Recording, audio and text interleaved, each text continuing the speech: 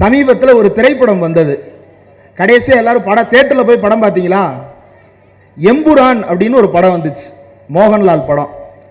தமிழ்லையும் கூட வந்திருக்குது, வாய்ப்பு இருக்கிறவங்க பாருங்க. ஆனால் அதுக்குள்ள அந்த படத்தை படமாக வச்சிருக்கிறானுங்களா அல்லது பாடம் பண்ண பிணமா மாத்துறானுங்களா அப்படின்னு தெரியல. எதுக்குடா சம்பந்தம் இல்லாமல் மோகன்லால் படத்தை பற்றி திமுக கூட்டத்தில் வந்து பேசிக்கிட்டு இருக்க அப்படின்னு நீங்கள் நினைக்கலாம்.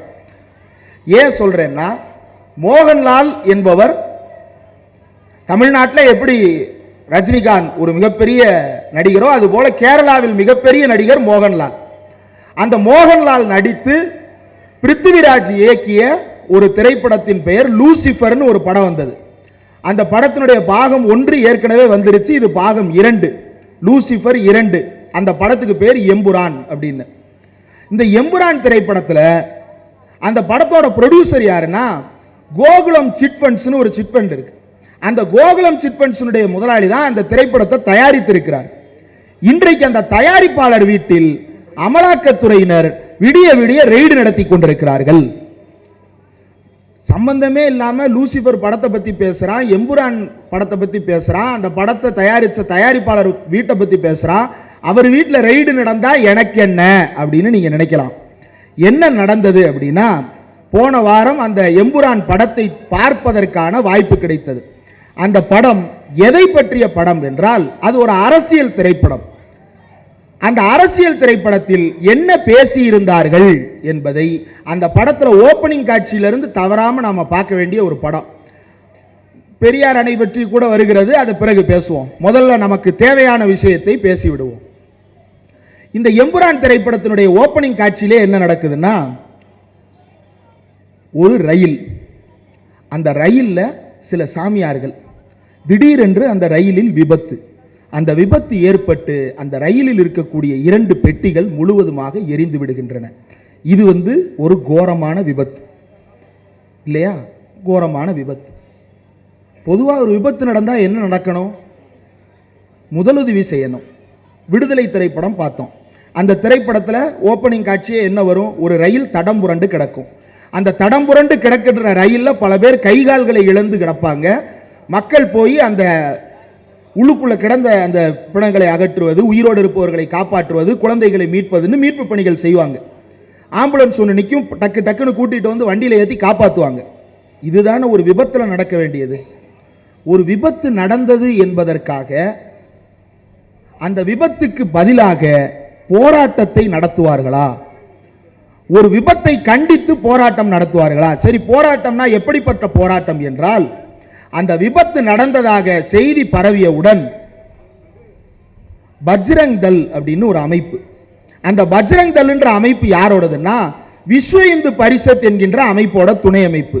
இந்த விஸ்வ இந்து பரிஷத் யாருன்னா பாஜகவுடைய தாய்க்கழகமாகிய RSS கிளை அமைப்பு.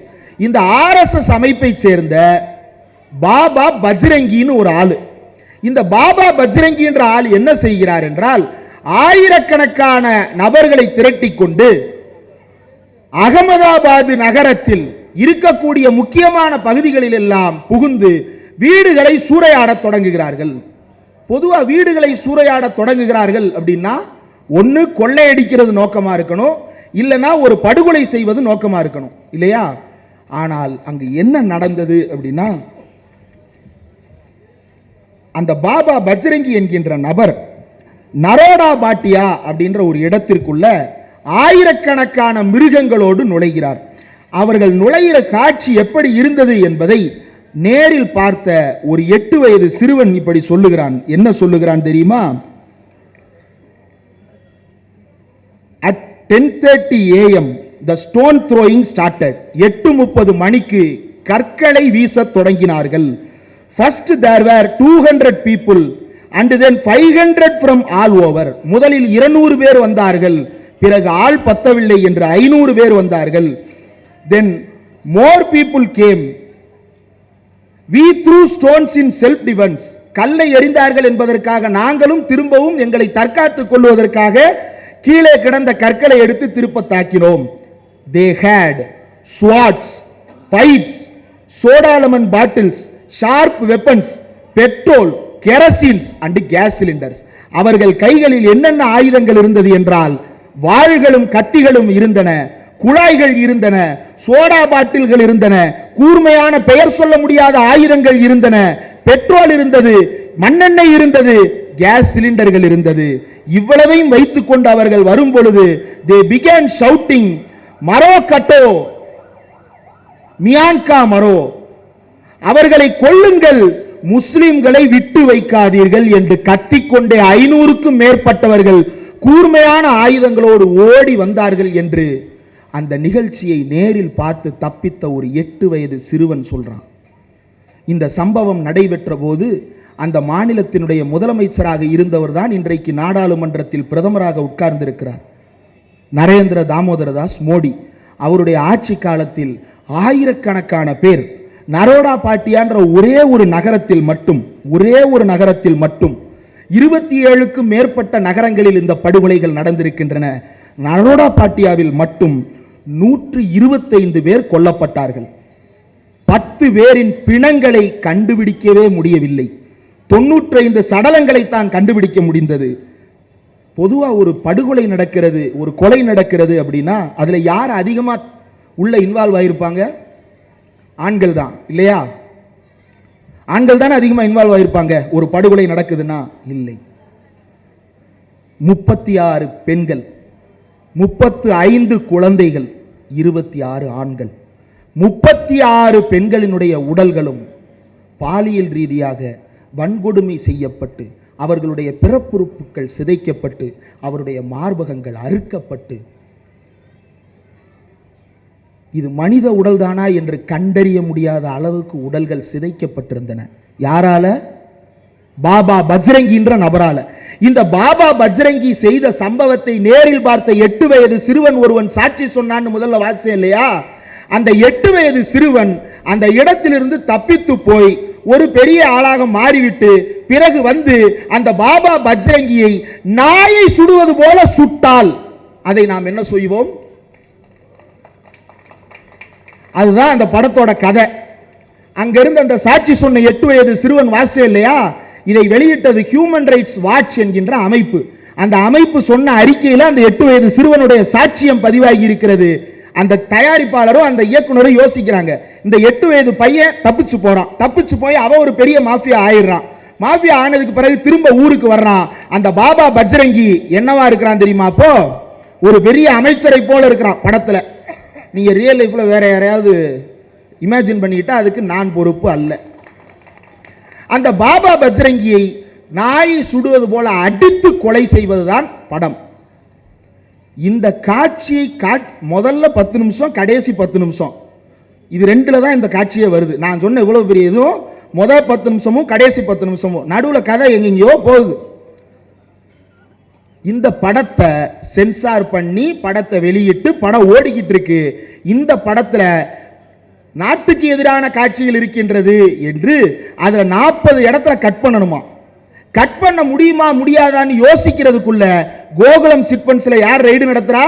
படத்தோட தயாரிப்பாளர் வீட்டுல ஈடி ரைடு நடத்துது. இவன் யோக்கியமான அமைப்பு, இவன் கொடுக்கிற அறிக்கையை நாம நம்பணும்.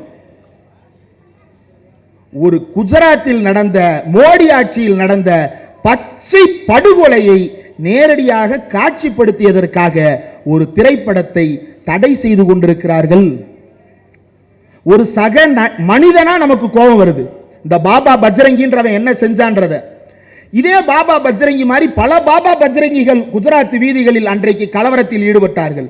அதுல ஒருத்தன் என்ன பண்றான், ஒரு பெண், கருவுற்று இருக்கக்கூடிய ஒரு பெண், அந்த பெண்ணின் கருவை சிதைத்து கண் முன்னாலேயே அவருடைய குடும்பத்தினர் அத்தனை பேரையும் பாலியல் வன்கொடுமை செய்து கொலை செய்து அந்த பெண்ணை குத்துயிரும் குலையுமாக கிடத்திவிட்டு போகிறார்கள்.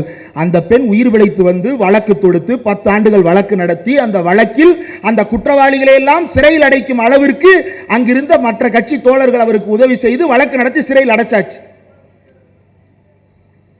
ஆயுள் சிறை. ஆனா நன்னடத்தை காரணமாக அவளுக்கெல்லாம் விடுப்பு கொடுத்து விட்டார்கள். 11 பேரையும் குஜராத் அரசு ரிலீஸ் பண்ணிருச்சு. எப்ப? மோடி 2வது முறை பிரதமராகும் பொழுது. அப்ப மோடி முதல் முறை பிரதமராகும் போது ஏதாவது செஞ்சிருப்பார் இல்லையா? என்ன செஞ்சாருன்னா, ஒரு பக்கம் என்ன நடக்குது, பில்கிஸ் பானு என்று வன்கொடுமை செய்யப்பட்ட ஒரு பெண்ணுக்கு எதிராக அநீதி இழைத்த 11 பேரை சிறையிலிருந்து ரிலீஸ் பண்றான். பில்கிஸ் பானு உயிரோடு பிணமாக்கப்பட்டிருக்கிறார். இன்னொரு பக்கம் அந்த பாபா பஜ்ரங்கின்னு சொன்னேன் இல்லையா, படத்தில் நாய் சுடுவது போல சுட்டு விட்டார்கள். நிஜத்தில் 2017ஆம் ஆண்டு அவர் ஜாமீனில் விடுதலை செய்யப்பட்டார். ஜாமீனில் விடுதலை செய்யப்பட்டார். அந்த 11 பேர் வெளியே போயிட்டான், இவனும் வெளியே போயிட்டான். அந்த 11 பேரை திரும்ப சிறையில் அடைக்கணும்னு நாடு முழுக்க போராட்டத்தை உருவாக்கி மறுபடியும் சுப்ரீம் கோர்ட்டுக்கு போய் ஜட்ஜி கேட்கிறாரு, அந்த 11 பேர் எங்க இருக்கிறான்? குஜராத் அரசாங்கம் சொல்லுகிறது, ஐயா எங்களுக்கு தெரியலங்கய்யா அவங்க எங்க இருக்காங்கன்னு. உடனே கோர்ட் ஆணையிடுகிறது, அந்த 11 பேரையும் திரும்ப பிடிச்சிட்டு வந்து ஜெயிலில் போடுங்கன்னு. 4 பேர் தான் கிடைச்சாங்க, மீதி 6-7 பேர் எங்க இருக்காங்கன்னு எங்களுக்கு தெரியல. தெரியலன்னா எப்படி நீங்க தொடர்பு கொள்ள போறீங்கன்னு கோர்ட்டு கேட்கும். உடனே சொல்றாங்க, நாங்க வீட்டுக்கு போஸ்ட் அனுப்பி இருக்கிறோம், வீட்டில் ஆள் இருக்கிறாங்களா தெரியல. கண்ணுக்கு முன்னால பச்சிலம் குழந்தைகளை படுகொலை செய்தவர்கள் 35 பெண்கள், 36 பெண்கள், 35 பெண்களை பாலியல் ரீதியாக வன்புணர்வு செய்து கொடுமைப்படுத்தி சித்திரவதை செய்து கொலை செய்த கயவர்களை காப்பாற்றிய அரசாங்கம் தான் இன்றைக்கு ஒன்றியத்தில் ஆட்சியில் இருக்கிறது. இவன் இன்னைக்கு என்ன சொல்றான்? இஸ்லாமியர்களை நான் பாதுகாக்க போகிறேன், இஸ்லாமிய பெண்களை நான் பாதுகாக்க போகிறேன். நான் சொன்னேன் இல்லையா, 36 பெண்கள், 35 குழந்தைகள், 26 ஆண்கள் என்று நரவடியா பாட்டியாவில் கொலை செய்யப்பட்டவர்கள் அத்தனை பேரும் முஸ்லிம்கள். ஒரு இந்து தவறுதலாக கூட ஒரு கீறல் விழவில்லை, அத்தனை பேரும் முஸ்லிம்கள். அவன் இன்னைக்கு நாடாளுமன்றத்தில் என்ன சொல்றான்? இந்தியாவில் இஸ்லாமியர்கள் கஷ்டப்படுகிறார்கள், அவர்களுக்காக வக்ஃப் மசோதாவை நாங்கள் கொண்டு வருகிறோம். நேற்று இரவுன்னு சொல்றதா இன்னைக்கு காலையிலன்னு சொல்றதான்னு தெரியல, நள்ளிரவு 3 மணி நாடாளுமன்றத்தில் எதிர்க்கட்சி உறுப்பினர்களின் கடும் எதிர்ப்புக்கு மத்தியில் இந்த வக்ஃப் மசோதா நிறைவேறியது.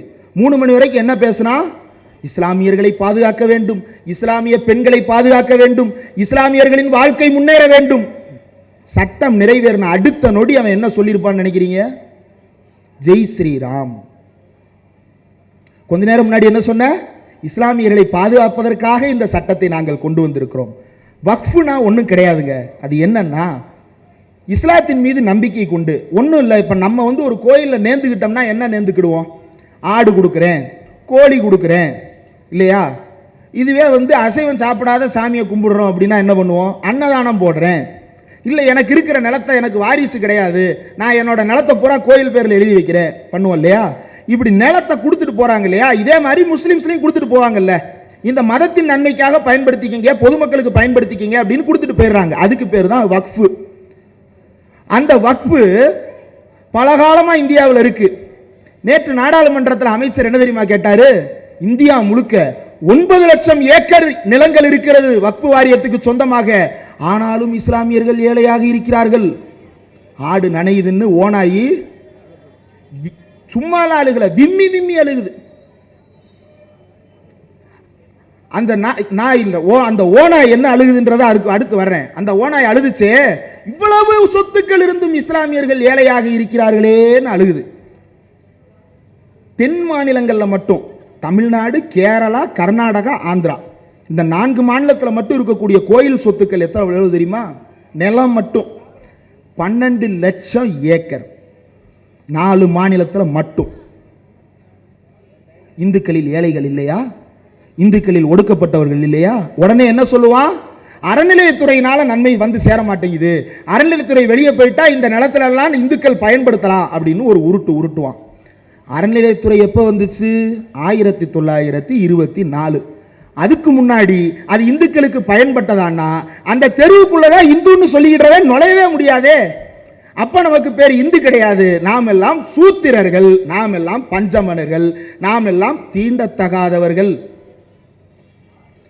பெரியார் நடத்திய போராட்டத்திற்கு பிறகுதான் நமக்கு எல்லாம் விடிவு கிடைத்து அந்த நிலங்களுக்குள்ள நடக்கும் உரிமையே நமக்கு கிடைத்தது. இன்றைக்கு அதுல நிறைய வேலைகள் நடந்து கொண்டிருக்கிறது. அப்போ ஒரு கோயிலுக்கோ ஒரு மசூதிக்கோ சொத்து இருக்கிறது என்பதற்காகவே அவர்கள் பலனடைந்து விட முடியுமான்னா, எப்ப பலனடைய முடியும்னா, நீங்க முஸ்லீம் ஸ்கூல்ஸ் பார்த்துருப்பீங்க, சென்னையில் இருக்கான்னு தெரியல, நான் திருமங்கலத்தில் படித்தேன். அங்கே அல்லமீன் பள்ளி அப்படின்னு ஒரு பள்ளிக்கூடம் இருக்கும் இல்லையா? முஸ்லீம் ஸ்கூல்ஸ் இருக்குது, முஸ்லீம் காலேஜஸ் இருக்குது. அங்கே வெறும் முஸ்லீம் மட்டும்தான் படிக்கிறாங்களா? வெறும் முஸ்லீமுக்காக ஒரு ஸ்கூல் நடத்த முடியுமா ஒரு ஊரில்?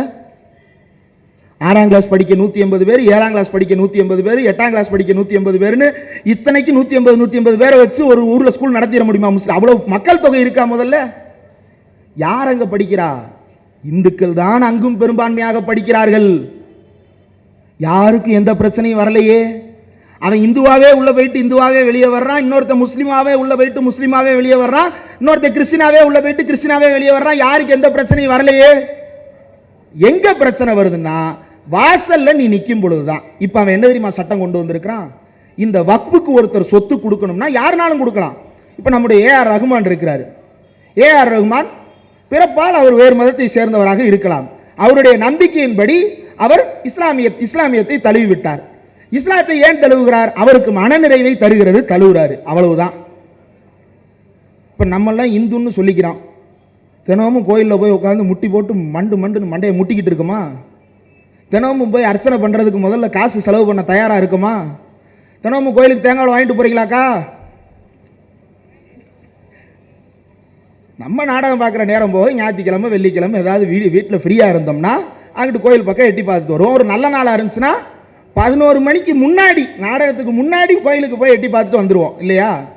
அப்போ நமக்கு எது முக்கியம்? முதல்ல நம்ம என்டர்டெயின்மெண்ட் தான் முதல்ல முக்கியம், அதுக்கப்புறம் தான் கோயில், அது கூடுதல் என்டர்டெயின்மெண்ட். இப்படி தான் நம்ம வாழ்க்கை போகுது. இப்போ அப்படி போகிற நம்பிக்கை உள்ள பல பேர் இருக்கிறோம். அந்த மாதிரி நம்ம கோயிலுக்கு கொடுக்குற மாதிரி அவங்க முஸ்லீமாக மாறினாலோ மாறாட்டியோ ஒன்றும் இல்லை. நம்ம அறநிலையத்துறை அமைச்சர் போன வாரம் அவர் முன்னாடி ஒரு பஞ்சாயத்து, என்ன பஞ்சாயத்து? ஒரு கோயிலில் அறங்காவலர் போடுறாங்க. அந்த அறங்காவலருக்கு பேர் நர்கீஸ் கான். நர்கீஸ் கான்னா யாருங்க? கிடையாது, அவர் இந்து. அவர் பிரசவத்தில் வயிற்றுல துடிச்சுக்கிட்டு இருக்கும் போது அம்மாவும் மகனும் சேர்ந்து செத்து போயிருவாங்கன்னு டாக்டர் முடிவு பண்ணி என்ன செய்யறதுன்னு தெரியாம முழிச்சுக்கிட்டு இருந்த போது நர்கீஸ் கான் அப்படின்ற ஒரு டாக்டர் உள்ள வந்து அம்மாவையும் பிள்ளையும் உயிரோட காப்பாத்தி கொடுத்ததுனால தன்னோட பிள்ளைக்கு, இந்துவாக பிறந்தாலும் தன்னோட பிள்ளைக்கு நர்கீஸ் கான் பேர் வச்ச ஊர் இந்த ஊரு. அந்த நர்கீஸ் கானுக்கு அறநிலையத்துறையில ஒரு கோயில்ல அறங்காவலர் பதவி கொடுக்குறாங்க. இந்த எத்திராஜா சொல்றாரு. நாகரிகம் இல்லையா? இல்ல சொல்லுதுன்னு சொல்லிக்கலாமா? அது என்ன கரெக்ட்? அந்த ஜீவராசி என்ன சொல்லுகிறது என்றால், ஒரு முஸ்லீமுக்கு பதவி கொடுத்து விட்டார்கள் அப்படின்னு சொல்லுது. அட சரி வேண்டாம், அந்த வண்டியில ஏற மாட்டேன்னு சொல்லும் போதே அது எது அப்படின்னு நம்ம புரிஞ்சுக்கணும். இப்போ உடனே என்ன நடக்குது? நம்ம பதில் சொல்றோம் இல்லையா? என்ன பதில் சொல்றோம்? அவர் முஸ்லீம் கிடையாது, இந்து தான் சொல்றோம். ஏன்? சட்டப்படி அங்க முஸ்லீமை போட முடியாது. கோயிலுக்கு முஸ்லீமை பொறுப்புல போட கூடாதுன்னு சட்டம் சொல்லுது. ஆனா இவன் கொண்டு வர்ற சட்டம் முஸ்லீம் ப்ராப்பர்ட்டிஸ், அதாவது இஸ்லாமிய சொத்துக்களை நிர்வகிப்பதற்கு யாருனாலும் போடலாம். ஏன்னு தெரியுமா? நாம மதசார்பற்ற நாட்டில் வாழுகிறோம். ஏண்டா கோயிலில் வெள்ளை அடிக்கிறப்ப உனக்கு மதசார்பின்மை பொருந்தாது, அறநிலையத்துறை நடத்துகிற பள்ளிக்கூடத்தில் ஒரு முஸ்லீம் டீச்சரை போட்டால் உன்னுடைய மதசார்பின்மை பொறுத்துக்கிடாது. ஆனால் ஒரு மசூதியில் போய் இந்துவுக்கு போஸ்டிங் போடுறதுக்கு மட்டும் உனக்கு மதசார்பின்மை தேவைப்படுதா? இதை தான் நம்ம கேள்வி கேட்குறோம். அந்த சொத்து கொடுக்கறதுக்கு என்ன சொல்றான்னா, 5 வருஷம் முஸ்லீமா இருந்தாதான் சொத்து கொடுக்கணும் அப்படின்னு சொல்றான். கேட்கறதுக்கு சாதாரணமா தெரியுது. 5 வருஷம் அவர் முஸ்லிமா இல்லையான்றத அதை எப்படி சொல்றான்னா, ஷோயிங் அண்ட் டெமான்ஸ்ட்ரேட்டிங். எப்படி? Showing and demonstrating.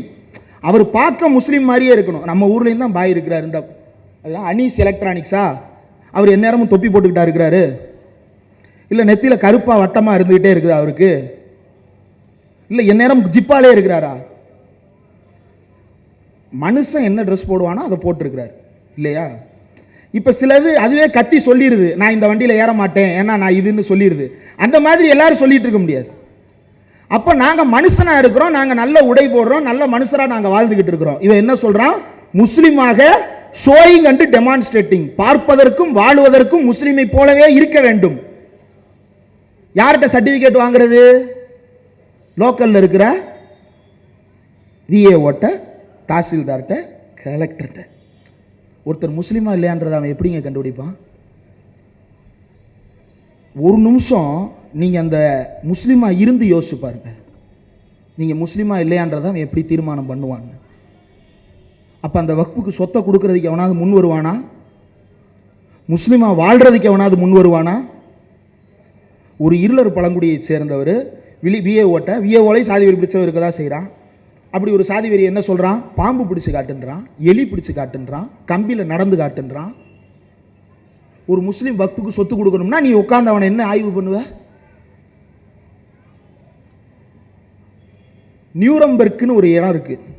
நியூரம்பெர்க் எங்க இருக்குன்னா ஜெர்மனியில் இருக்கு. அங்க ஒரு மீசக்காரர் என்ன செஞ்சாருன்னா, இந்த ஊரில் இனிமேல் யார் யார் எப்படி வாழ வேண்டும் அப்படின்றத அவர் தீர்மானம் பண்ணார். என்ன தீர்மானம் பண்ணான்னா, இந்த நாட்டில் யூதர்களை கண்டுபிடிப்பது எப்படி, யூதர்களாக வாழுவது யார் யார், அவர்களுக்கு நாம் வேலை கொடுக்கலாமா கூடாதான்னு அவன் ஒரு சட்டம் போட்டான். அவனுக்கு பேர் என்னது? யாருங்க அது மோடின்றது? ஹிட்லர். அவருக்கு பேர் என்ன? இப்படிலாம் சொல்லாங்க. அப்புறம் வந்து கேமராவில் நான் பேசுறதா வரும், நீங்க பேசுனது வராது. சொல்லலன்றீங்களா? அப்புறம் எப்படி கேட்குது? அசரீரி ஒலிக்குது. காற்றுக்கு தெரிகிறது மோடி யார் என்று. அப்ப அந்த ஹிட்லருக்கு இணையான ஒரு நபராக இன்றைக்கு ஆட்சி நடத்தி கொண்டிருக்கிறார். இவங்க முஸ்லீம். என்னென்ன சொன்னா எலெக்ஷன் அப்ப இப்ப இதுக்கு வந்து சச்சார் கமிட்டின்னு ஒரு கமிட்டியை தூக்கிட்டு வர்றாங்க. நிறைய பேருக்கு தெரியாது, நீங்க தெரிஞ்சிருக்கணும்னு அவசியம் இல்லை, ஆனாலும் நான் சொல்றேன் கேட்டுங்க. சச்சார் கமிட்டின்னு ஒரு கமிட்டி இல்லையா? அந்த கமிட்டி என்ன சொல்லுது தெரியுமா? முஸ்லிம்களுக்கு என்னென்ன மாதிரியான உரிமை கொடுக்கணும்னு சொல்லுது. இவன் என்ன சொல்றான்? சச்சார் சொல்லி இருக்கிறாரு, இவ்வளவு சொத்துக்கள் இவங்களுக்கு இருக்கு, இதை பயன்படுத்தி அவங்க நன்மைக்கு பயன்படுத்தலாம்னு சச்சார் சொல்லி இருக்காருன்னு சொல்றான். அடுத்த வரி சச்சார் என்ன சொல்லி இருக்கிறாரு? முஸ்லிம்களுக்கு இடஒதுக்கீடு கொடுன்னு சொல்லி இருக்கிறாரு. அதை நீ வாயை திறந்து பேசுறியா? மகாராஷ்டிரால போன வருஷம் எலெக்ஷன் அப்போ வந்து என்ன சொன்னாரு? யார்? நம்ம சந்தான பாரதி பாருங்க, அமித்ஷா என்ன சொன்னாரு? முஸ்லிம்கள் இந்துக்களின் இடஒதுக்கீட்டை பறிக்கிறார்கள். எப்படி பறிக்கிறாங்களாம்? எஸ்சி எஸ்டிக்களின் இடஒதுக்கீட்டை பறிக்கிறார்கள் அப்படின்னு நீ பேசுன. சச்சார் என்ன சொன்னாரு? முஸ்லிம்களுக்கு இடஒதுக்கீடு கொடுக்கணும்னாரு, 10% இடஒதுக்கீடு கட்டாயம் கொடுக்கணும்னாரு அன்னைக்கு. எப்ப? 2010க்கு முன்னாடி. அப்ப இன்னைக்கு 2% கூடி இருக்கணும்ல. 12% இடஒதுக்கீடு நீ கொடுத்தியா? அப்ப முஸ்லிம் சொத்து திருடணும் உனக்கு. அந்த அமைச்சர் ஓப்பனா சொல்றாரு, ஒரே ஆண்டில் இந்த சொத்துக்களின் வருமானத்தை எவ்வளவு பெருக்கி காட்டுகிறேன் பார் அப்படின்னு சொல்றாரு அந்த அமைச்சர். அறநிலையத்துறை அமைச்சர் நாளைக்கு வந்து இந்து கோயில்களின் சொத்துக்களை எப்படி நான் வருமானம் பெருக்கி காட்டுகிறேன் பார் அப்படின்னா அந்த வண்டியில ஏறாத ஜீவன் சும்மா இருக்குமா? அது எப்படி நீ லாப நோக்கத்துக்கு பயன்படுத்துறதை விடுங்க. ஒருத்தன் கேஸ் போட்டிருக்கிறான் ஹைகோர்ட்ல. என்ன தெரியுமா? அறநிலையத்துறை ஸ்கூலும் காலேஜும் நடத்தக்கூடாதுன்னு கேஸ் போட்டிருக்கிறான்.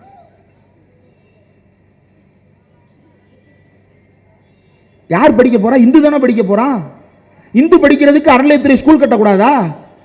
அப்புறம் எதுக்கு அவ்வளவு சொத்து அந்த கோயிலுக்கு?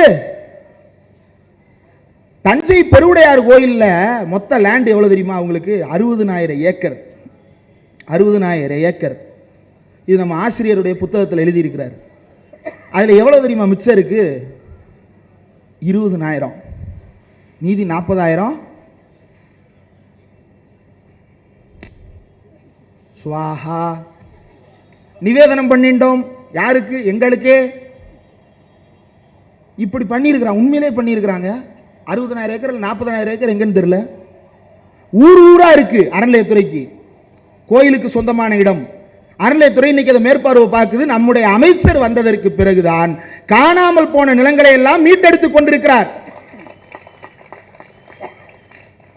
அதுல மதுரை மீனாட்சி அம்மன் கோயில்ல ஒரு லேண்ட் யாருக்கு சொந்தம்? மீனாட்சி அம்மன் கோயிலுக்கு சொந்தம்.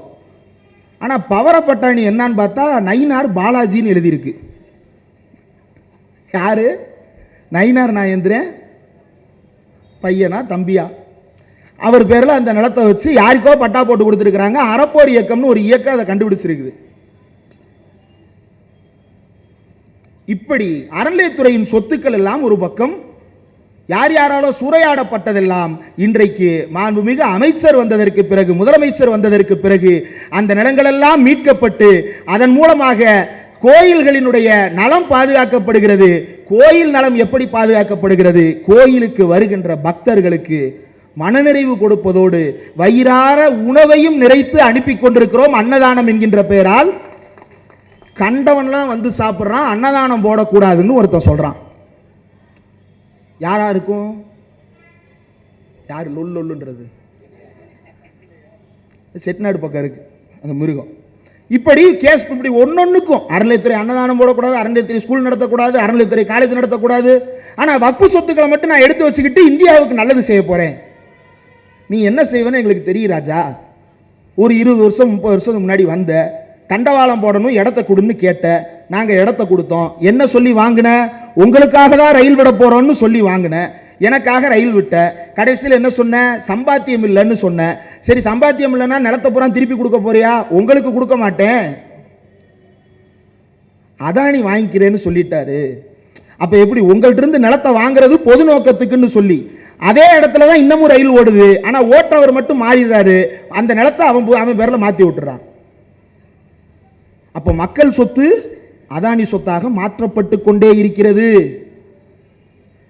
இதைத்தான் தமிழ்நாடு அரசு தொடர்ந்து எதிர்த்து கேள்வி கேட்டுக் கொண்டிருக்கிறது. இவனுக்கு ஒரு திரைப்படம் மட்டும் இல்ல, ஒரு டிவி நிகழ்ச்சி ஒரு பிரச்சனையா இருக்கு. நீயா நானா இந்தி திணிப்புக்கு எதிராக ஒரு ப்ரோக்ராம், அதை மிரட்டி நிப்பாட்டி வச்சிருக்கிற. 234 தொகுதியிலே நடந்துகிட்டு இருக்கே, இது என்ன செய்ய முடியும்? என்ன செய்ய முடியும்? தமிழ்நாடு முழுக்க 234 தொகுதிகளிலும் நிச்சயம் ஒரு இளம் பேச்சாளர் ஒருவரோடு சேர்த்து அந்த கூட்டத்தை நடத்த வேண்டும் என்று துணை முதலமைச்சர் இளைஞர் செயலாளருடைய உத்தரவு. இந்த இளம் பேச்சாளர்கள் எப்படி தேர்ந்தெடுக்கப்பட்டார்கள்? இன்னைக்கு சில நடிகர்கள் வர்றான், இந்த மாதிரி தாங்க ஒரு தெரு, இதை விட குறுகலான தெருங்க, ஒரு வீடியோ ஒன்று பார்த்தேன், இதை விட குறுகலான ஒரு தெரு, அனுமதி இல்லாமல் திபுன்னு ஒரு கூட்டம் வருது. இப்போ நீங்கள் அனுமதி இல்லாமல் திடுன்னு அடுத்து எதிர்த்தாப்புல இருக்கிற தெருவுக்கு போனீங்கன்னா அங்கே முக்கில் நிற்கிற போலீஸ் என்ன செய்வாங்க? அப்படியே ஓட விட்டு பெட்ரோல் வண்டியில் ஏற்றி மண்டபத்தில் கொண்டு போய் இறக்கிடுவாங்க. அனுமதி இல்லாமல் போனால் அதான் நடக்கும். இப்படி ஒரு தெருவுக்குள்ள, சின்ன குறுகலான தெருவுக்குள்ள ஒரு கூட்டம் திடீர்னு திடுன்னு ஓடுறான். எதுக்குடா ஓடுறான்னா, முக்கில் போலீஸ் வந்து எதுக்குப்பா வந்தீங்கன்னு கேட்டிருக்கு, போராட வந்திருக்கோம். அப்படியா, இங்கே ஏன்பா போராடுற, நான் உனக்கு இடம் ஒதுக்கி தர்றேன். ஐயோ இடம் ஒதுக்கி தர்றியா அப்படின்னு சொல்லிட்டு தெரிச்சு ஓடுறான். பனையூர் பண்ணையார் கட்சியை சேர்ந்தவர்கள். அந்த கட்சியோட பொதுச் செயலாளர் இன்னைக்கு பேட்டி கொடுக்க வர்றாரு. எதுக்கு எதிராக போராட்டம்? வக்ஃபு திருத்த சட்டத்துக்கு எதிரான போராட்டம். சரி வா, தமிழ்நாட்டில் எல்லா கட்சியும் சேர்ந்து தான் அதை எதிர்க்கணும், வர்ற சந்தோஷம். இந்த பத்திரிகையாளர்கள்லாம் இருக்கிறாங்க, பாவமா இருக்கு. நானும் ஒரு பத்திரிகையாளர் தான், அப்படி உட்காந்து கேள்வி கேட்டுட்டு இருக்கிறவன் தான். அவங்க போய் கேட்டிருக்கிறாங்க, இந்த வக்ஃபு மசோதால எது உங்களுக்கு எதிராக இருக்குன்னு நினைக்கிறீங்கன்னு. அப்ப என்ன சொல்லணும்? நாடாளுமன்றத்தில் ஆராய்ச்சி இந்த கேள்வியை கேட்கிறாங்க. அவர் பாயிண்டா அடுக்கிறாரு. அவன் பண்ணது ஒன்னொன்னையும் சொல்லி கிளாஸ் ஏ, கிளாஸ் பி, கிளாஸ் சின்னு ஒன்னொன்னா அடுக்கிறாரு.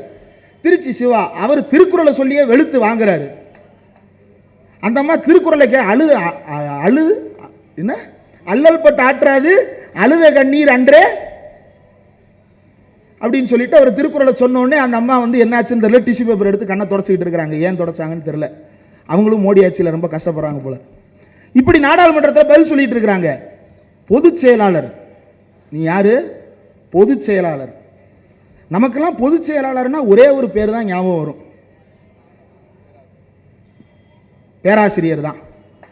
எந்த கேள்வி கேட்டாலும் நறுக்குன்னு வரும். இந்தியாவுக்கே பாடம் நடத்துவார். வேற ஏதாவது பேர் கண்டுபிடிச்சு கொடுக்கணும் இவங்களுக்கு கட்சியில் வச்சுக்கிறதுக்கு. பொதுச் செயலாளர் வந்து வக்ஃபு சட்டத்தில் எந்த சட்டம் உங்களுக்கு எதிராக இருக்கு? அது அதில் நிறைய விஷயம் எதிராக இருக்கு. ஏண்டா 97,000 அன்னைக்கு துன்பத்தை, இன்னைக்கு வந்து என்ன சட்டத்துக்கு எதிராக போராடுறோம்னே தெரியல. ஒன்றும் இல்லை, நீங்க அடுத்து வந்தாங்கன்னா அந்த நீங்க எதிர்க்கிற சட்டத்துக்கு பேர் என்னன்னு கேளுங்க. அதுக்கு ஒரு பேர் இருக்கு, அபிஷியலா ஒரு பேர் இருக்கு. அந்த பேரை இங்க சொல்றாங்களான்னு மட்டும் பாருங்க, தெரியாது. இப்படி ஒரு குரூப் போராட்டம்ன்ற பேர்ல ஓடி வந்துகிட்டு இருக்கு. ஆனால் திமுக என்ன செய்து கொண்டிருக்கிறது என்றால், தமிழ்நாடு முழுக்க விண்ணப்ப படிவங்கள் கொடுத்து 17,000 இளைஞர்கள் விண்ணப்பித்து அந்த 17,000 இளைஞர்களில் மாவட்ட அளவில் அவர்களை தேர்ந்தெடுத்து 2,000 பேராக சுருக்கி அந்த 2,000 பேருக்கு மண்டல அளவில் பயிற்சி கொடுத்து அந்த 2,000 பேரையும் சென்னைக்கு வரவழைத்து அந்த 2,000 பேரில் 242 பேரை இளம் பேச்சாளர்களாக தேர்ந்தெடுத்து தமிழ்நாடு முழுவதும் நியமித்திருக்கிறார்கள். இன்றைக்கு திமுக பொதுக்கூட்டம் எங்கு போனாலும் இந்த இளம் பேச்சாளர் ஒருவர் பேசிக்கொண்டே இருப்பார். 70 வருஷமா இருக்கிற ஆலமரம் போன்ற கட்சி இன்றைக்கும் இப்படி இளம் பேச்சாளர்களை தேடி தேடி வளர்த்து கொண்டிருக்கிறது. நீ கட்சியோட பொதுச் செயலாளர், எந்த சட்டத்துக்கு எதிராக போராடுற? ஏன் கேட்டா இளைஞர்கள் எங்கள் பின்னால் இருக்கிறார்கள். இளைஞர்கள் எல்லா பக்கமும் இருக்கிறான். எதுக்கு இருக்கிறான், யார் என்ன செய்யறான்றதை பொறுத்து தான்.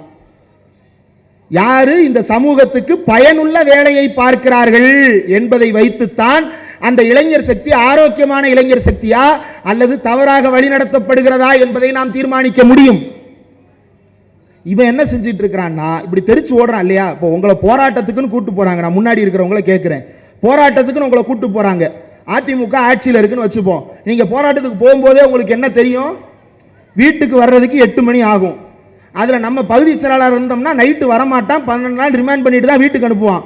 வர்ற எல்லாருக்கும் சொல்லியே தான் கூட்டு போவாங்க. மண்டபத்தில் போய் உட்கார வச்சிருவாங்கப்பா, யாரும் பதட்டப்படாதீங்க, பேர் கேட்பாங்க, எழுதிப்பாங்க, கேஸ் உங்க பேர்ல வராது, பொறுப்பா நடத்துறது நாங்க தான், எங்க பேர்ல தான் கேஸ் நடக்கும், இவ்வளவு சொல்லி தானே கூட்டு போகணும். சின்ன பசங்க விஜய் வர்றாருன்னு ஏமாத்தி கூட்டு போயிருக்கானுங்க. வெள்ளம் வந்தப்பயே ஊருக்குள்ள வந்தா கூட்டம் கூடிருன்னு வரமாட்டான்னு சொன்னவன் போராட்டம் பண்றதுக்கு வர போறானா? அதை நம்பி 20 பேர் 25 பேர் வாங்கி இன்னைக்கு கேஸ் வாங்கிட்டு உட்காந்துருக்கான். அதுல எவனோ ஒருத்தன் கூட்டத்தில் தெரியாம கள்ள விட்டான்னு வைங்க, கேஸ் என்ன கேஸ்? பொது சொத்துக்களுக்கு சேதம் விளைவித்தல். நீங்க என்ன வழக்கு வாங்கினாலும் நீதிமன்றம் முடிச்சிடும். இந்த சிவில் கேஸும் பொது சொத்துக்கு சேதம் விளைவித்த வழக்கும் என்னைக்கும் முடியாது. மேடல் இருக்கிறவங்களுக்கு தெரியும் நினைக்கிறேன், வாய்தாவா போயினே இருக்கணும். அவங்களாம் வக்கீல் வச்சிருப்பாங்க, வழக்கறிஞர் அணின்னு ஒன்று இருக்கு. இந்தியாவிலேயே மிகச்சிறந்த வழக்கறிஞர் அணி இருக்கு. இந்த வழக்கறிஞர்கள் இந்த போராட்டக்காரர்களை ஜாமீன்ல எடுப்பாங்க. வழக்கறிஞர் யாரு? இவரே சொல்றாரு, பொதுச் செயலாளர் புஷி ஆனந்த். அவர் சொல்றாரு, ஒருத்தர் தொண்டர் வந்து போராடுறாரா. என்ன போராடுறாரா? யார்கிட்ட வந்து? புஷி ஆனந்த் வந்து கேட்கிறாரா. என்ன கேட்கிறாரா?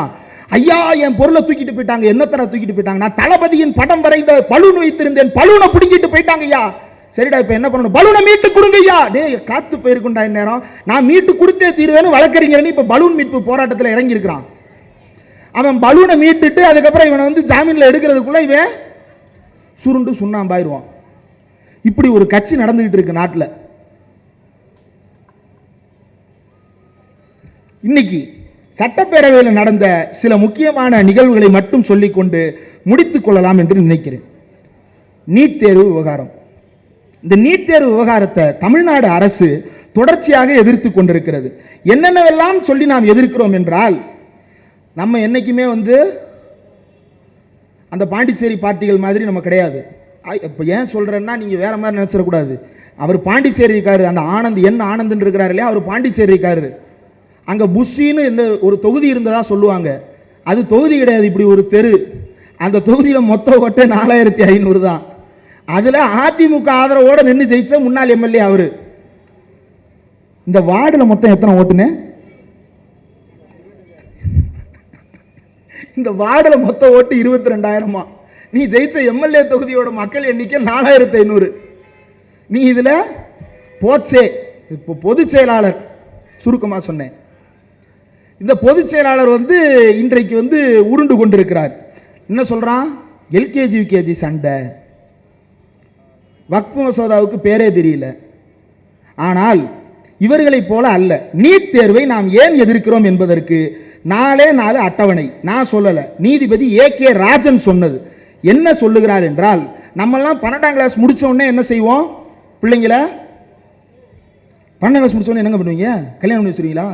சைலண்டா இருக்கிறத பார்த்தா சந்தேகமா இருக்கு. காலேஜுக்கு அனுப்பிடுவீங்க. எத்தனை வருஷம் கழிச்சு காலேஜுக்கு அனுப்புவீங்க? என்னடா கூறுகட்ட பய மாதிரி கேள்வி கேட்கிற? முடிச்சா அடுத்த மாசம் அட்மிஷன் தானடா போடணும், ரிசல்ட்டுக்கு தானடா வெயிட் பண்ணிக்கிட்டு இருக்கிறோம் நீங்க சொல்லுவீங்க. ஆனா ஒரு சிலர் இருக்கிறாங்க, அவங்க இப்படிலாம் உடனே உங்களை மாதிரிலாம் உடனே அனுப்ப மாட்டாங்க. ஏன்னா உங்களுக்கு வந்து காலேஜ் முடிச்சு வேமா வேலைக்கு போகணும். 3 வருஷம் வீட்டில் உட்கார வச்சு காலேஜ் போறதுக்கு தயார் பண்ணுவீங்களா? பண்றான்.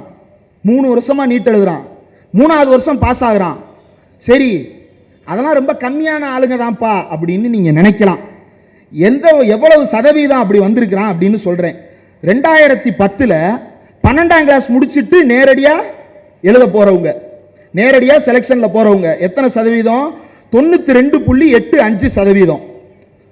தமிழ்நாட்டில் மட்டும் கரண்ட் ஸ்டூடெண்ட்ஸ், அதாவது 12th முடிச்சுட்டு ஃப்ரெஷ்ஷா போறவங்க சதவீதம் எவ்வளவு? 92.85. 2011-12 99.29, கிட்டத்தட்ட 100%. ஃப்ரெஷர்ஸ் இப்ப 12th முடிச்சு இப்ப ஜாயினிங் போடுறது. நீட் தேர்வு வந்த முதல் வருடம் 2017-18. முதல் வருஷம் 12th முடிச்சுட்டு இம்மீடியட்டா காலேஜுக்கு, மெடிக்கல் காலேஜுக்கு போனவங்க எண்ணிக்கை எவ்வளவு தெரியுமா? 61.64%. மற்றவன்லாம் அவனுக்கு பேரு ரிப்பீட்டர்ஸ். 2016 சட்டம் கொண்டு வந்துட்டான். ஒரு வருஷம் விலக்கு பெற்று அதுக்கப்புறம் நமக்கு திரும்ப வந்தது. அந்த ஒரு வருஷத்துல நீட்டுக்கு படிச்சு ஃபெயில் ஆகி மறுபடியும் நீட்டுக்கு படிச்சு பாஸ் ஆகி வந்தவனுடைய சதவீதம் 38. இது எவ்வளவு? 2017. 2018 இந்த ரிப்பீட்டடா வீட்டில் உட்காந்து வருஷமா நீட் எழுதுறான் இல்லையா, அவன் எவ்வளவு பேர் மெடிக்கல் காலேஜ் அட்மிஷன் வந்தான் தெரியுமா? 50%. அப்ப பிளஸ் 2 முடிச்சவன் 49%. 2019-20 பிளஸ் 2 முடிச்சவங்க 30%. திரும்ப படிச்சு உள்ள போனவன் 69%. என்னடா முடிச்சுட்டேன்னு பார்க்காதீங்க. 2020-21 பிளஸ் 2 முடிச்சு இமிடியேட்டா ஜாயின் பண்ணவங்க 28%. திரும்ப படிச்சு பாஸ் ஆனவன் 71%. அனிதா மாதிரி அன்றாடம் வேலைக்கு போனா தான் வீட்டில் கூலுன்னு இருக்கிற வீட்டு பிள்ளைங்களால திரும்ப உட்காந்து நீட்டுக்கு படிக்க முடியுமா? நீங்க படிக்க வைப்பீங்களா? பொருளாதாரம் இருக்கா? 3 வருஷம் உட்காந்து நீட்டுக்கு, சரி நீட்டுக்கு படிக்கிறதுனா வீட்டில் உட்காந்து புத்தகத்தை வச்சு படிக்க வேண்டியது தானே. அப்படி படிச்சா பாஸ் ஆக முடியாது. நீங்க எங்க போகணும்? கோச்சிங் சென்டருக்கு போகணும். அப்படி கோச்சிங் சென்டர் போறவங்களுக்கு குறைந்தபட்ச கட்டணம் எவ்வளவு தெரியுமா? 30,000. அதிகபட்சம் 2.5 லட்சம். தமிழ்நாட்டில் மட்டும் 400 சென்டர்ஸ் இருக்கு. எந்த வருஷ கணக்குப்படி? 2021 கணக்குப்படி தமிழ்நாட்டில் மட்டும் 400 நீட் பயிற்சி மையங்கள் இருக்கு. அந்த 400 நீட் பயிற்சி மையங்களுடைய ஒரு ஆண்டு வருமானம் எவ்வளவு தெரியுமா? எவ்வளவு இருக்கும் நினைக்கிறீங்க? ஒரு மையத்தினுடைய வருமானம் ஒரு ஆண்டில் 15 கோடி. தமிழ்நாட்டில் மட்டும் அந்த மையங்களினுடைய மொத்த வருவாய் 5600 கோடி. இந்தியா முழுவதும் 1,70,000 கோடி ஒவ்வொரு ஆண்டும் நீட் பயிற்சி மையங்கள் கொள்ளையடித்துக் கொண்டிருக்கின்றன. 2016 இருந்து நீட் எழுதிட்டு இருக்கிறான். 10 வருஷத்துல வருஷத்துக்கு 1.5 லட்சம் கோடின்னு கணக்கு வச்சா 15 லட்சம் கோடி வாரி சுருட்டி இருக்கிறார்கள் பண முதலாளிகள் இந்த மோடி ஆட்சி காலத்தில். பலிகடாவாக்கப்பட்டது யார்? நம்முடைய வீட்டு அனிதாக்கள், நம்முடைய வீட்டு மணிரத்னங்கள் பலிகடாவாக்கப்பட்டு கொண்டிருக்கிறார்கள். நம்ம வீட்டு பிள்ளைங்க தூக்கு கயித்துல தொங்குது.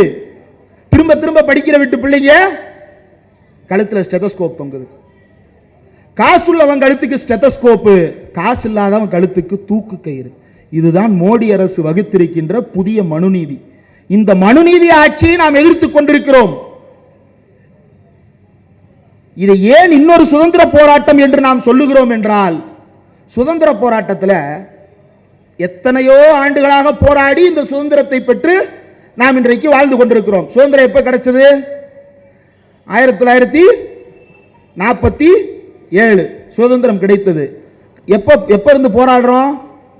47 ஆகஸ்ட் 14 போராடி 47 ஆகஸ்ட் 15 சுதந்திரம் கிடைச்சதா? வேலு நாச்சியார், பூலித்தேவன், கட்டபொம்மன், மருது சகோதரர் காலத்திலிருந்து போராடிட்டு இருக்கிறோம். வேலூர் சிப்பாய் கழகம் காலத்திலிருந்து போராடிட்டு இருக்கிறோம். 100-200 வருஷமா போராடிட்டு இருக்கிறோம்.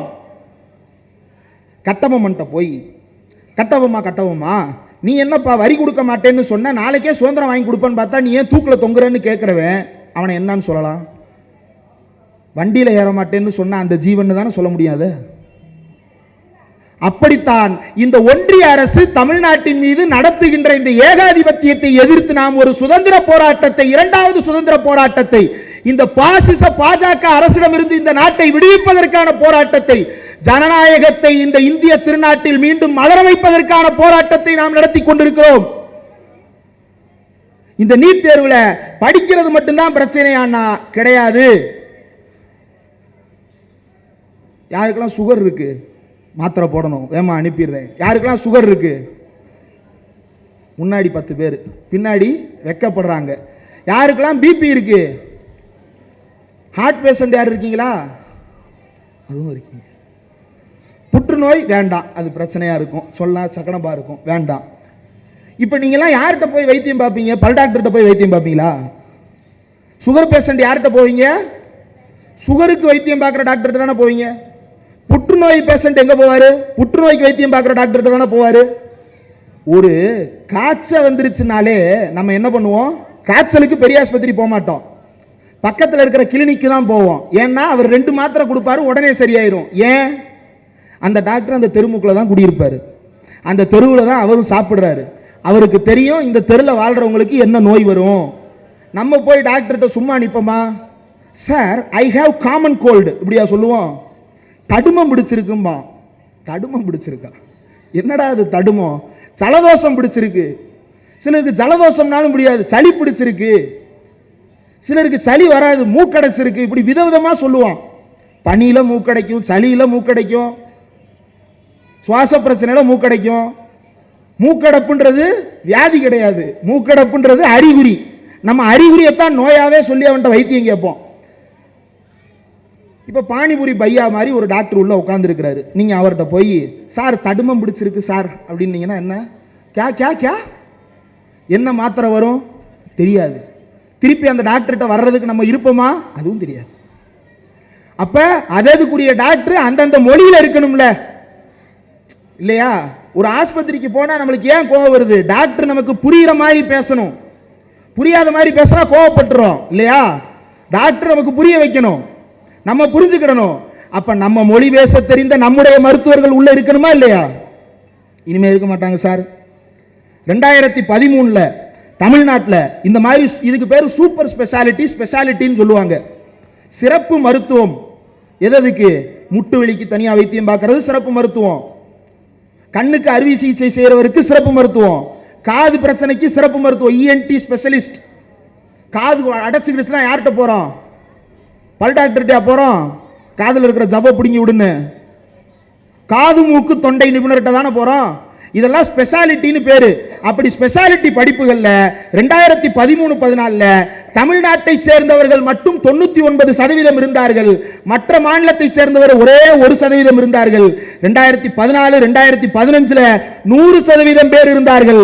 2017 38%, 2020 29% தான் தமிழ் தெரிஞ்ச டாக்டர். மற்ற எல்லாம் வெளி மாநிலத்தை சேர்ந்தவர்கள். நமக்கு என்ன பிரச்சனைனா, ஒரு பிரச்சனையும் இல்லை. எதுக்கு தேவையில்லாம் மருத்துவமனைக்கெல்லாம் போறீங்க? ஒரு காலத்தில் வீட்டிலே பிள்ளை பத்தீங்க, 10 பிள்ளை பத்தீங்க, 2 பிள்ளை செத்துச்சு, 6 பிள்ளைல 4 பிள்ளை பாதியில செத்துருச்சு, மீதி 2 பிள்ளைல ஒரு பிள்ளைக்கு உடம்பு சோகமில்லாமலே இருக்கும், கடைசி வரைக்கும் ஒரு பிள்ளை ஆரோக்கியமா இருக்கும். அம்மா அவங்க முத பிள்ளை பெக்கும் போதே 30 கிலோ, 10வது பிள்ளை பெக்கும் போது அந்த உடம்புல எலும்பை தவிர என்ன இருக்குன்னே தெரியாது. அடுத்த 2-3 வருஷத்துல ஆத்தா செத்துரும், இல்லையா? இல்லைன்னா நீங்க பாருங்க, பழைய பாட்டி எல்லாம் பாருங்க, யாருக்காவது தோல் நிமிர்ந்து இருக்குமா? பூரா மனிதன் குரங்கிலிருந்து வந்தான்னு சொல்லுவாங்க. நம்ம குரங்கு நிலைக்கு போயிட்டு இருப்போம். ஏன், உடம்புல அவ்வளவு தேய்மானம். ஆனா இன்னைக்கு வர்ற பெண்கள் ஆரோக்கியமா பல இடங்கள் இன்னைக்கு பாக்குறீங்கல்ல, இப்ப இருக்கிற ஒரு 40-50 வயசுல இருக்கக்கூடிய பெண்களை பாருங்க, நல்ல சுடிதார் போட்டிருக்கிறாங்க, நல்ல மாடர்ன் ட்ரெஸ்ல இருக்கிறாங்க, நல்ல ஆரோக்கியமான உடல்நிலையில் இருக்கிறாங்கல்ல. காலம் மாறுது இல்ல, நீங்க வேணா திட்டிக்கிட்டு இருக்கலாம், இப்ப இருக்கிற பிள்ளைங்க எல்லாம் சரியில்லைப்பாண்டு, அதெல்லாம் ஆரோக்கியமா இருக்கிறாங்க பிள்ளைங்க. எப்படி? இப்படி மருத்துவர்கள் இருப்பதனால தான். இப்படிப்பட்ட நீட் தேர்வை தான் நாம் எதிர்க்கிறோம். அப்ப நீட் தேர்வுன்றது வெறுமனே எம்பிபிஎஸ் படிக்கிற வீட்டு பிள்ளைங்க பிரச்சனை இல்ல, உங்க பிரச்சனையும் என் பிரச்சனையும். நாளைக்கு டயாபெட்டிஸுக்கு மருத்துவம் பார்க்கறதுக்கு ஒரு இந்திக்கார்ட்ட போய் நின்று போராடும் போது, ஐயோ அன்னைக்கே ஸ்டாலின் ஒருத்தர் வந்தாரே, அவர் நம்மளை பூரா போராட கூப்பிட்டாரே, உதயநிதி ஸ்டாலின் ஒருத்தர் வந்தாரே, நம்மளை பூரா போராட கூப்பிட்டாரேன்னு அன்றைக்கு இருக்கிற இளைஞர்கள் புலம்பும் நிலைக்கு நாம் விட்டுவிடக் கூடாது. இன்றைக்கே அதை வென்று காட்ட வேண்டிய தேவையில் நாம் இருக்கிறோம். நிறைவாக ஒரே ஒரு கருத்து, இப்ப இனிமேல் இந்த ஆட்டின் குரல் கேட்காது. ஏனென்றால் இவ்வளவு காலம் இப்படி இருந்த கத்தி கீழே இறங்கி விட்டது, மஞ்சள் நீருக்கு மண்டை ஆடி விட்டது. இனி ஆட்டுக்கு மைக்கின் முன்னால் வேலை இருக்குமான்றது தெரியாது. கசாப்பு நடந்து விட்டது, கொத்துக்கறி வேயில் கிடைக்கும். இன்னைக்கு ஒரு ட்வீட் என்னன்னா, மூக்கையா தேவர்னு ஒருத்தர் இருக்கிறார், அகில இந்திய ஃபார்வர்டு பிளாக் கட்சியினுடைய தமிழ்நாட்டின் தலைவராக இருந்தவர் மூக்கையா தேவர், பசும்பொன் முத்துராமலிங்க தேவர் வழியில் வந்தவர். 1974 கச்சத்தீவுக்கு எதிராக அவர் நாடாளுமன்றத்தில் பேசிய பேச்சு ரொம்ப பிரபலம். பேசினது மட்டும் கிடையாது, அவர் என்ன செய்தார் என்றால், இந்திரா காந்திக்கு ஒரு வெள்ளை அறிக்கை ஒன்றை அனுப்பி வைத்தார். அந்த வெள்ளை அறிக்கை கூட இன்றைக்கும் இருக்கிறது. இதுதான் அந்த வெள்ளை அறிக்கையினுடைய புகைப்படம். அந்த வெள்ளை அறிக்கை இந்திரா காந்தியிடம் கொடுத்து நாடாளுமன்றத்தில் பேசிவிட்டு வந்தார். ஆடு கத்தி இருக்கு என்னன்னு, தமிழ்நாடு அரசுக்கு எதிராக கச்சத்தீவை தாரை வார்த்த திமுக காங்கிரசுக்கு எதிராக அன்றே பேசினார் மூக்கையா தேவர்னு. 74 அவர் லோக்சபால பேசினது உண்மை. அப்ப அவரு எம்பியா இருந்திருக்கணும். எந்த தொகுதி எம்பியா இருந்தாரு? ராமநாதபுரம் எம்பியா இருந்தாரு. எந்த வருஷம் இந்த எலெக்ஷன் நடந்துச்சு? 1971 எலெக்ஷன் நடந்துச்சு. அந்த எலெக்ஷன்ல மூக்கையா தேவர் ஒரு சாதனை செய்தார். ஒரே நேரத்தில் சட்டமன்றத்துக்கும் நாடாளுமன்றத்துக்கும் போட்டியிட்டு இரண்டிலும் வெற்றி பெற்றார். எப்படி வெற்றி பெற்றார்? திமுக கூட்டணியில் வெற்றி பெற்றார். 9 இடங்களை திமுக ஒதுக்கி அதில் 7 இடங்களில் அவர்களை வெற்றி பெற வைத்து சட்டப்பேரவைக்குள் கூட்டி சென்றது திராவிட முன்னேற்ற கழகமும் முத்தமிழறிஞர் கலைஞரும். நியாயத்திற்கு ஒரு மூக்கையா என்று அண்ணாவால் புகழாரம் சூட்டப்பட்டவர். 74 கச்சத்தீவுக்கு எதிராக பேசினார்னு சொன்னியேப்பா, அவர் பேசினதே திமுக கூட்டணியில் இருந்துதான்ப்பா. அதான் மனிதர் என்றால் 5ஆம் அறிவு, பகுத்தறிவு கொஞ்சம் தேடி படிக்கும். அந்த ஜீவராசிகளுக்கு அவ்வளவுதான் இருக்கும். அது மட்டுமல்ல, 1974 கச்சத்தீவு தாரை வார்க்கப்பட்டதை பற்றி சொல்றாங்க இல்லையா, தமிழ்நாடு ஒரு முக்கியமான தீர்மானத்தை 1974 ஆண்டு ஜூலை மாதத்தில் கச்சத்தீவு தாரை வார்க்கப்பட்டது. ஜூன் ஜூலைல அதுக்கு முந்தைய மாதம் ஏப்ரல் மாதத்தில் தமிழ்நாடு அரசு இந்தியாவிலேயே முதல் முறையாக மாநில சுயாட்சி கேட்டு ஒரு தீர்மானத்தை முத்தமிழறிஞர் கலைஞர் நிறைவேற்றினார். அன்றைக்கு அண்ணாவின் பெயரை வைத்துக் கொண்டு அதிமுகவாக உள்ளுக்குள் 17 பேர் அடையாளம் காட்டிக் கொண்டார்கள். அந்த 17 பேரும் அந்த தீர்மானத்தை எதிர்த்த போது மூக்கையா தேவர் அவர்களுடைய தொண்டராக அவருடைய சக தலைவராக அறியப்பட்ட ஏஆர் பெருமாள் அகில இந்திய ஃபார்வர்டு பிளாக் கட்சி கலைஞருக்கு ஆதரவளித்தது. அந்த தீர்மானத்தில் அகில இந்திய ஃபார்வர்டு பிளாக்கை பற்றியும் மூக்கையா தேவரை பற்றியும் நீ திமுகவுக்கு பாடம் எடுக்க வேண்டிய அவசியம் கிடையாது. ஆட்டுக்கு வேலை என்ன? அகத்திக்கீரை சாப்பிடுறது. அகத்திக்கீரை போடல போட புல்லுருவியை தின்னு வாயெல்லாம் விஷமா கக்குது. அகத்திக்கீரை வாங்கி போடுங்க, இப்பதான் ரிட்டையர் ஆயிட்டீங்கல்ல. அப்படி திமுக கூட்டணியில் இருந்த ஒரு தலைவரையே இன்றைக்கு பச்சை புழுகு புளிகிட்டு இருக்கிறான். நம்மளாம் படிக்க மாட்டோம்னு நினைச்சிட்டு இருக்கிறான். இப்படி நாடு மொத்தமும் சூறையாடப்பட்டு கொண்டிருக்கிறது. நான் நீட்டு படிப்புல நேரடியா இந்திக்காரங்க வர்றாங்கன்னு சொன்னேன் இல்லையா? இப்ப நம்மளும் இந்தி படிச்சா இதெல்லாம் செய்யலாம்னு நீங்க நினைக்கலாம். ஆனா முடியாது. ஏன்னா அவன் இந்தியிலேயே படிச்சு இந்தியிலேயே வளர்ந்தவன், இந்தி நல்லா புரியும். நீங்க இங்கிலீஷை படிச்சீங்கன்னா அதை தமிழ்ல மாத்தி புரிஞ்சுக்கிட்டு திருப்பி தமிழ்ல இருந்து இங்கிலீஷ்ல மண்டைக்குள்ளேயே மாத்தி எழுதணும். அதுக்குள்ள அவன் 10 கேள்விக்கு விடை எழுதிடுவான். உங்க பிள்ளைகளால ஜென்மத்துக்கு பரீட்சையில பாஸ் ஆக முடியாது. நீட் தேர்வாவது நீட்டாத தேர்வாவது தான். அதற்காகத்தான் இந்தி திணிப்பை என்றும் எதிர்த்துக் கொண்டிருக்கிறோம். இந்த மாநில உரிமைக்கான போராட்டத்தில் இந்தியாவையே வழிநடத்தக்கூடிய ஒரு தலைவராக முத்துவேல் கருணாநிதி ஸ்டாலின் அவர்கள் திகழ்ந்து கொண்டிருக்கிறார். மற்றும் ஒரே ஒரு செங்கல், ஒரு பெரிய கோட்டையை கட்டுவதற்கு டன் கணக்கில் செங்கல் தேவையல்ல. டெல்லி செங்கோட்டையை விட 1 அடி உயரமான கோட்டையை ஒரே ஒரு செங்கல்லை வைத்து கட்டி காட்டி இருக்கிறார் தமிழ்நாட்டுடைய துணை முதலமைச்சர் இளைஞரணி செயலாளர் திரு உதயநிதி ஸ்டாலின் அவர்களுடைய இந்த போராட்டத்திற்கு துணை நிற்பதில் மகிழ்ச்சி அடைகிறோம். கோல்வால்கர் RSS சாவர்கர் என்று போன வாரம் மோடிஜி கோல்வால்கர் ஒருத்தருக்கு போய் மாலையை போட்டு உங்கள் நோக்கத்தை நான் நாடு முழுக்க கொண்டு சேர்க்க போகிறேன். அந்த கோல்வால்கர் என்ன தெரியுமா சொன்னார்? இந்தியாவில் இஸ்லாமியர்கள் உயிரோடு மட்டும் இருக்கலாம், உரிமைகளோடு இருக்கக்கூடாது என்று சொன்னவர்.